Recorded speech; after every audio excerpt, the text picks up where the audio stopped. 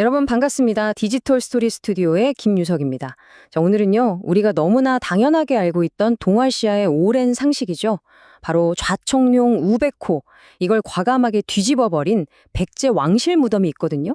그 비밀을 한번 파헤쳐 보겠습니다. 네, 바로 백제 송산리 고분군에서 발견된 아주 흥미로운 수수께끼인데요. 지금부터 저와 함께 그 속으로 한번 들어가 보시죠.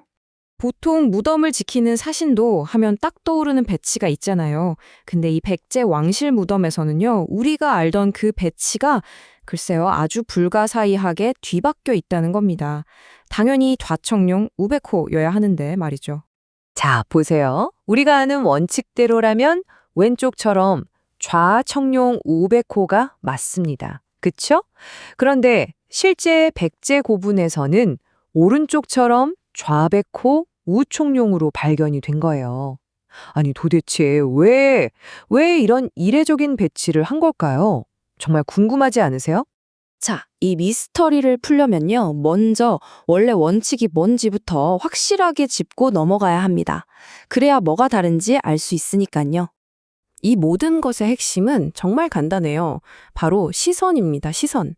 그러니까 방향을 정하는 기준이 되는 그 중심 인물이 과연 어디를 보고 있느냐, 바로 이거죠. 전통적으로 왕이나 무덤의 주인은요, 북쪽의 자리를 잡고 남쪽을 바라보는 게 기본이었어요. 이걸 남면이라고 합니다. 자, 여러분도 한번 상상해 보세요. 내가 왕이에요. 북쪽에 앉아서 저 남쪽을 쫙 바라보고 있습니다. 그럼 제 왼쪽은 어딜까요? 그렇죠. 동쪽이죠. 바로 이 동쪽에 청룡이 자리하는 겁니다.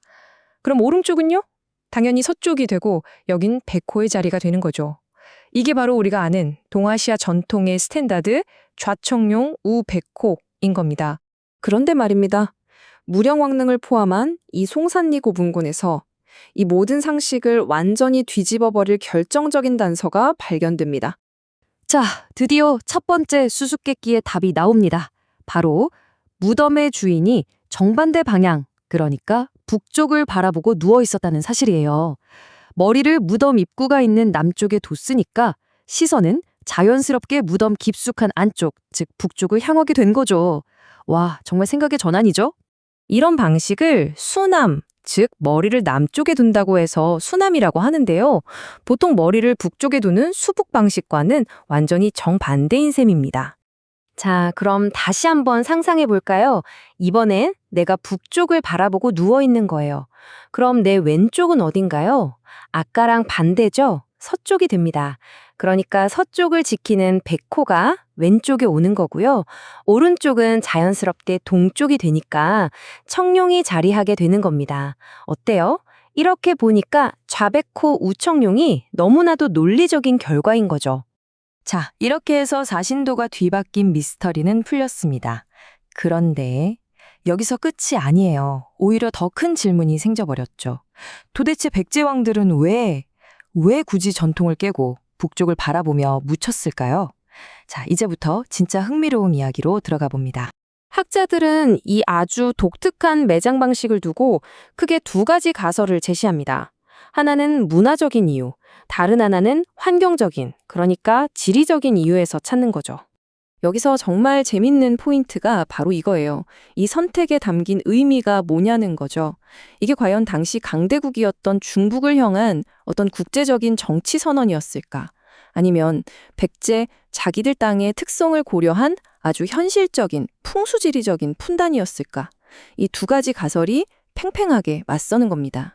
먼저 문화적인 가설부터 볼까요? 당시 무령왕은 중국 남쪽에 아주 강력했던 양나라와 교류가 굉장히 활발했어요.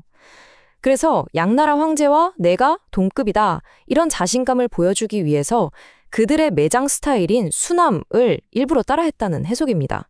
두 번째는 이제 풍수지리적인 해석인데요. 이게 또 아주 설득력이 있어요. 원래 무덤 뒤에는 산이 있고 앞에는 강이 흘러야 좋은데 이 무령왕릉터는 반대였던 거예요. 북쪽에 금강이 흐르고 있었거든요. 그러니까 전통적인 방식을 고수할 수가 없었던 거죠. 그래서 아예 방향을 틀어서 남쪽에 있는 산의 좋은 기운을 받으려고 무덤 방향을 재설정했다는 주장입니다. 일종의 현지 최적화라고 할 수 있겠죠. 그런데 말이죠. 어쩌면 이 두 가설이 서로 이거냐 저거냐의 문제가 아닐 수도 있습니다. 오히려 이 두 가지를 모두 아우르는 백제인들의 아주 놀라운 종합 능력, 창의력을 보여주는 증거일지도 몰라요. 바로 이겁니다. 중국의 형식을 빌려오되 백제의 땅 모양에 맞게 재해석했다. 핵심은요, 이게 그냥 베끼기, 단순한 모방이 아니라는 거예요.